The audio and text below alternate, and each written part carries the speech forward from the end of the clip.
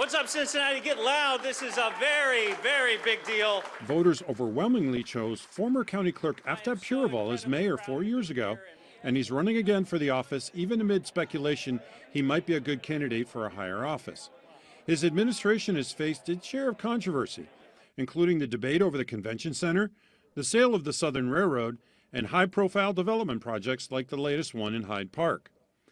As the lone Democrat in what is technically a nonpartisan race, Purival says he wants to keep that momentum going, even if he admits he can do a better job communicating why the change is needed.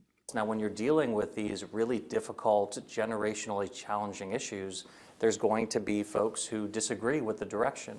But you know, doing nothing is a choice, right? And maintaining the status quo and doing nothing is a recipe for a city in decline. Opposing Purival are two Republicans, including Corey Bowman, the half-brother of Vice President J.D. Vance.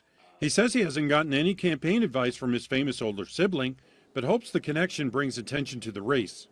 He and his wife and 3 kids live in College Hill. Bowman co-owns a coffee shop in the West End and pastors at a nearby church with his wife. Bowman's top 3 issues are reducing crime, improving the city's finances, and upgrading Cincinnati streets. If you talk to anybody on the streets, it doesn't matter if they're Republican or Democrat, they're tired of the potholes.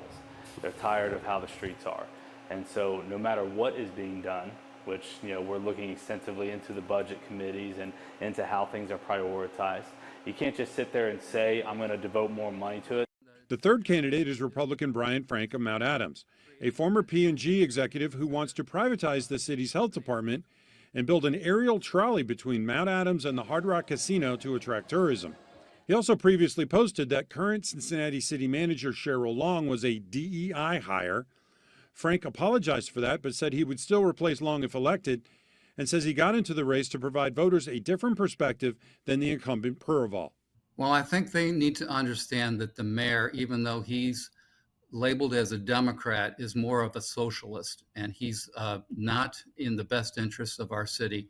They will understand that the policies that he's proposing, especially his Green Deal, is going to be very dangerous to a lot of homeowners. James Pilcher, Local 12 News. Sure, you could stop watching now, but let's be honest, you want to see more. So click some of those links, or better yet, go ahead and tap subscribe. That way you'll catch more content from Local 12.